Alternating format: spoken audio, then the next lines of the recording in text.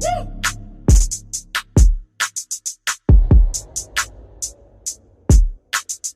guys, welcome back to my channel. Today's video is fully dedicated to my first Halloween look of 2018. If you're interested in learning how to create this look, then keep on watching. But before we start, please subscribe to my channel so you can see all my Halloween looks and other tutorials. Y si quieren ver este tutorial en español, opriman el enlace en la cajita de descripción.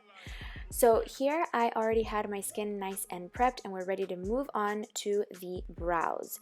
Now for this step I usually recommend a glue stick to cover up your brows, but I didn't have one handy, so I just used this concealer from LA Girl Pro Concealer, and it's a white concealer, so I thought it was gonna work, but you'll notice as the video goes on it didn't really do much because my brows are really naturally dark and thick.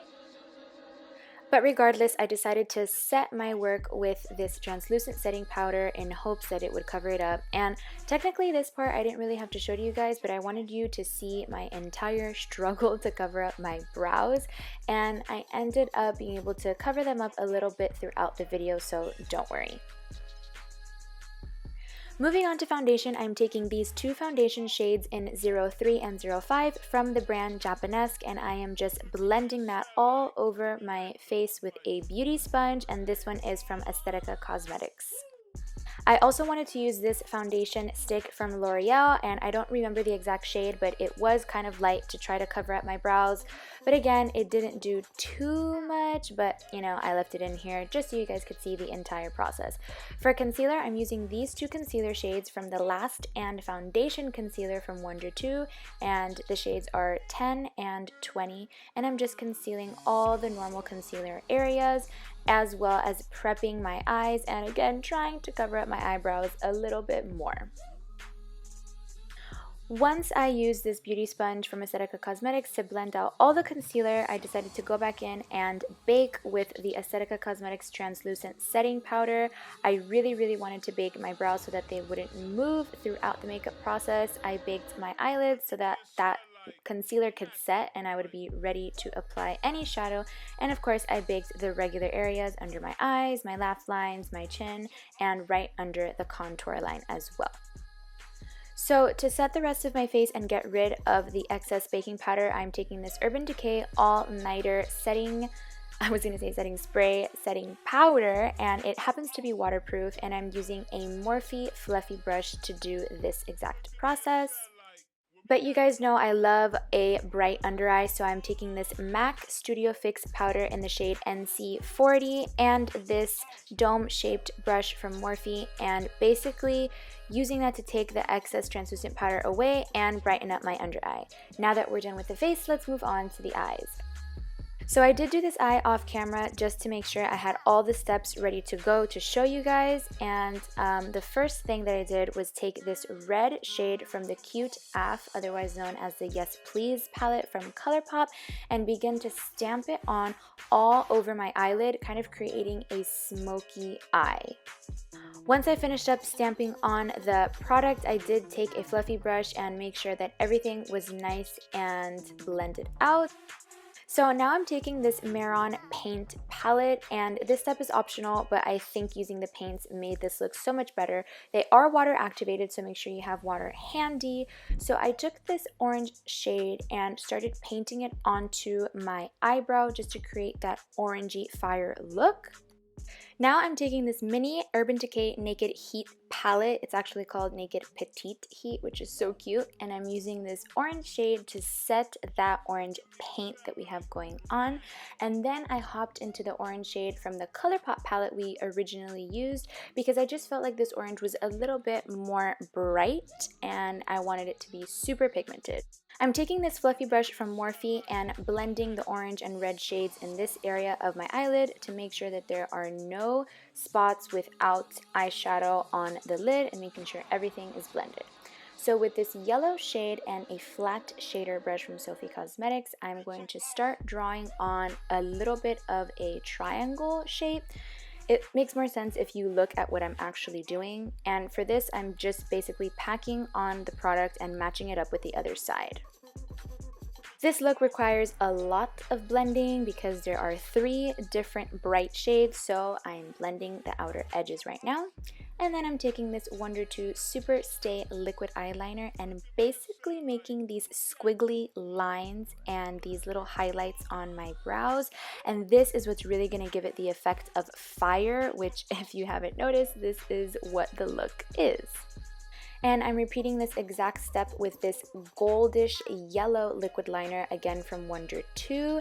And it doesn't have to be in any precise order. You can make the squiggly lines wherever you want, but I did try to match them up as best as I could with the other side.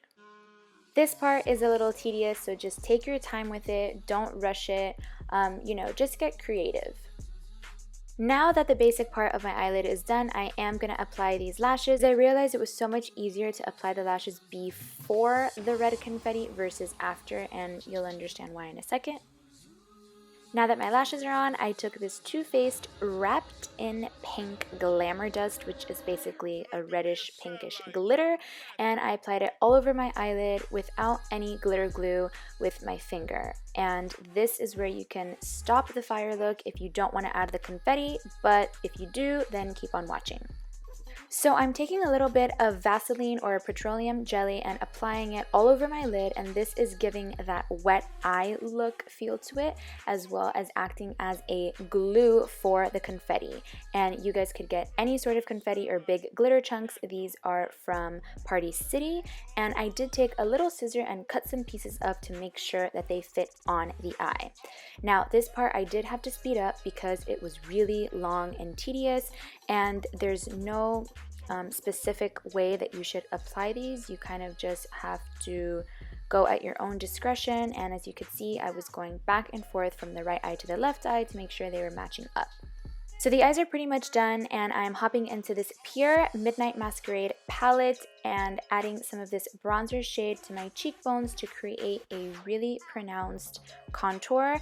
And you could also do this with like a reddish blush, but I decided I did want that bronzy shade. I usually don't add such a strong contour to my chin, but I did want it to look pretty strong and pronounced here, just because I want this look to be super red and bronzy. And I'm doing the same thing to my nose contour, making it pretty harsh and connecting it to the top of my eyebrow bone. Taking this concealer brush with a little bit of concealer, I'm just cleaning up the middle of that contour. And then I'm taking this shader brush from Sigma and adding a little bit of MAC Studio Fix powder to really highlight the inner corner and the outer corners of my nose. I'm taking this reddish blush from Ofra, and I don't remember the name, but I got it in a BoxyCharm box, and I'm just putting it on the apples of my cheeks, and I'm also adding it to my chin area because remember, I just want this look to be very red and bronzy. And then with this pink highlighter from the Huda Beauty 3D palette, I am making sure to highlight all the high points of my face, putting a really strong highlight over my nose, my cupid's bow, and of course the inner corner of my eye and my cheekbones. So obviously for this look, I wanted a really bright red lip, so I'm using this ColourPop X I Love Sarai lipstick, and it's in the shade Arriba, and I first line my lip with this L'Oreal lip liner. I did forget the name, but you can use any red lip liner. And by the way, this red liquid lipstick does dry matte, so it's going to last you all night. And a little trick, if you guys ever get red lipstick stuck in your teeth, just do exactly what I'm doing right here, and your finger will catch all the excess liquid lipstick, and ta-da, no lipstick on your teeth. So whenever I do a dark lip or a bright red lip, I always like to take some concealer and clean up around the edges. This part is also optional, but I wanted to add a little bit of that Vaseline on the lower lip, and then of course some confetti just to match with the eyes. I do think that this really makes the look stand out, so if you don't have confetti, I would definitely add some red glitter or maybe even gold glitter. To finish up the eyes, I'm taking a really thin pencil brush from Morphe and the original red shade we used and just smoking it out in the lower lash line. This next step is totally optional, but I think it really finished up the look perfectly. So I'm hopping back into that paint palette from Mehron, and I'm using the red, the yellow, and the orange paints. Remember, they are water activated, so I did spray my brush with some water, and all I'm doing is adding some random paint strokes all over my chest, my neck, my arms, and my hands. This paint does dry, but remember it is water activated, so it will begin to drip if you get wet for any reason, so just keep that in mind. But as you can see, it totally added to the look, and it could even be part of your entire costume. Now all you have to do is wear a red crop top and you're ready to go. So to finish off the skin, I did go ahead and add a little bit more of that confetti to some random parts of my chest and my collarbones. And before that, I did apply a little bit of Vaseline to make sure it was glued perfectly. But I do have to let you guys know that the confetti was super uncomfortable, so if you have some big chunks of glitter, that might work out better. To finish off the eyes, again, I am just adding a little bit of that mascara. So technically the look is finished, but I decided to hop into that paint palette one more time because I wanted to add some yellow paint strokes to the fire area over the eyebrow, and I think that that really made everything so much more pigmented and really made the look come to life. Alright guys, there you have it. This is my fire Halloween makeup tutorial. I hope you liked it. I loved creating this look. I am going to be creating an ice look to go along with it, so it would be like a cute fire and ice Halloween costume with a friend. So make sure you subscribe to my channel and give this video a thumbs up if you enjoyed it. See you next time!